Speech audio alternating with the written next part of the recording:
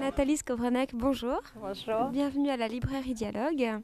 Karen et moi, c'est le titre de votre roman que vous publiez aux éditions Arléa. Un premier roman publié. Karen, la Karen du titre, eh bien c'est Karen Blixen.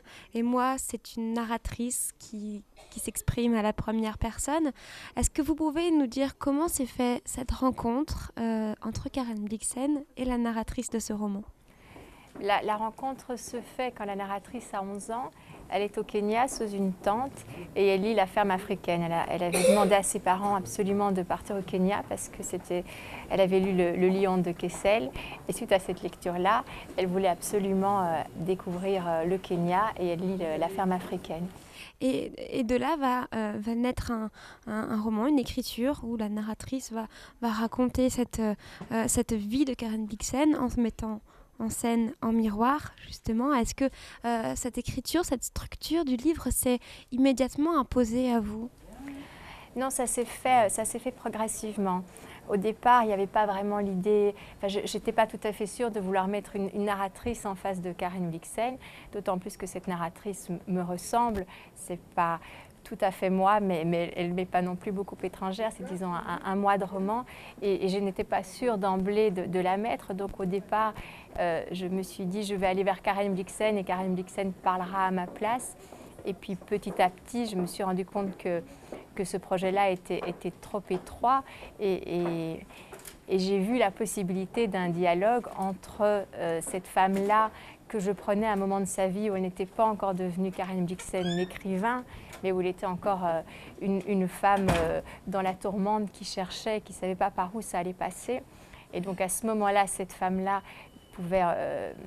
pouvait correspondre à ce que moi, à l'endroit dans lequel moi je me trouvais. Et donc j'ai beaucoup travaillé avec sa correspondance qui raconte ces moments-là, donc ces moments d'avant. Et alors par étapes successives, petite plongée, j'ai progressivement, je me suis laissée apparaître dans l'histoire. Donc c'est en faisant ce contrepoint, en me mettant dans une sorte de portrait en creux de Karen Blixen. Et ça se fait de plus en plus au fil de l'ouvrage. Donc petit à petit, Karen disparaît un peu plus et la narratrice apparaît davantage. Alors justement, une fois qu'on a terminé ce livre, on se demande finalement, est-ce que Karen Blixen était un prétexte pour arriver à l'écriture ou est-ce qu'elle était vraiment la base d'une venue à l'écriture ? Non, je crois que la littérature était un vrai moteur et la fréquentation des livres était un vrai élan pour moi. Maintenant, ce qui m'intéressait avant tout, c'était de montrer en quoi la littérature peut ouvrir le chemin et en quoi on peut jouer dans cette espèce de vie parallèle à entretenir un dialogue, et ici un dialogue très intime avec une femme qui est morte 11 ans avant ma naissance, qui a vécu au Danemark. Moi, je suis née à Bruxelles. Donc, de montrer comme ce qui, a priori, ne doit pas nous rapprocher, en quoi la littérature permet de rapprocher les êtres. Alors, ça s'est mis sur Karen Blixen parce qu'elle incarnait beaucoup de choses pour moi, mais c'était avant tout ce jeu littéraire et cette construction poétique qui m'intéressait. Ce qui vous rapproche, est-ce que c'est finalement une certaine difficulté ? Enfin, je dis vous, la narratrice. Moi aussi, je me trompe tout le temps. D'accord. Est-ce que c'est cette difficulté d'être au monde, en fait, qui rapproche ces deux femmes ? Oui, je crois. Je crois que c'est sensation d'être écorchée vive, une sensation de plus tout à fait se retrouver les années passant, parce qu'on s'engage dans une voie, on essaye de suivre un certain code social, on essaye de répondre aux attentes d'un certain milieu, ou en tout cas la façon dont on se le figure. Et donc petit à petit, on s'engage dans une voie qui ne nous ressemble plus. Et à un moment donné, il y a hiatus entre ce qu'on dégage et puis ce qu'on est réellement, et une envie de se rassembler. Alors, pour Karen Blixen, ça s'est passé un petit peu différemment, mais disons que dans ce besoin de partir et ce besoin de se donner des défis sans cesse plus grands pour essayer avant tout d'exister, oui, il y a, je pense, un point de rencontre.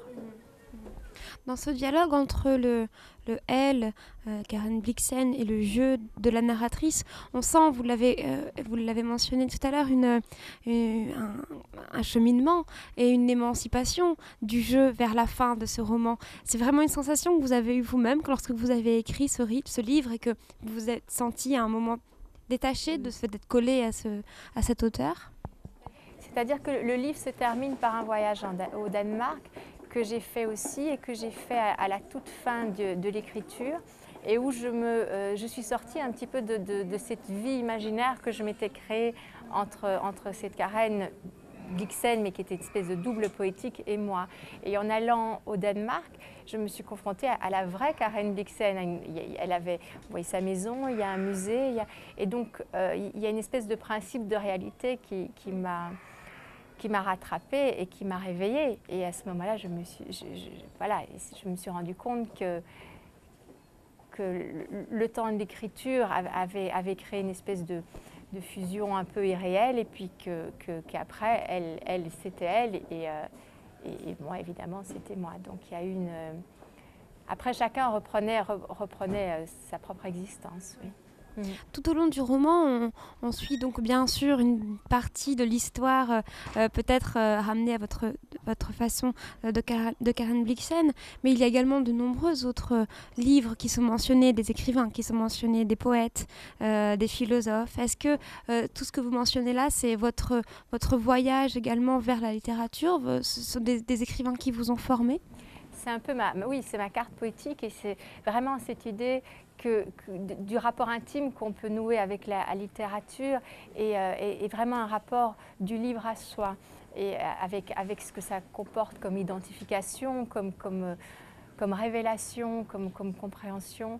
Et oui, il y a Jack London, il y a Aragon, il y a Rimbaud, il y a Duras, et ce sont chaque fois des lectures qui m'ont aidé à être au monde réellement. Ouais. Là, vous faites donc cohabiter une jeune femme avec une femme qui est, comme vous l'avez dit, qui est décédée 11 ans avant que cette jeune femme ne naisse. Seule la littérature permet cela? En tout cas, la littérature est vraiment un vrai moyen pour créer des passerelles entre les lieux, entre les gens. C'est vraiment un univers où les choses sont possibles, ne sont pas possibles dans la vraie vie. Donc c'est un livre qui part d'une part de la vie de Karen Blixen, donc d'un matériau biographique, et d'autre part de la vie de la narratrice, qui est mon propre matériau autobiographique.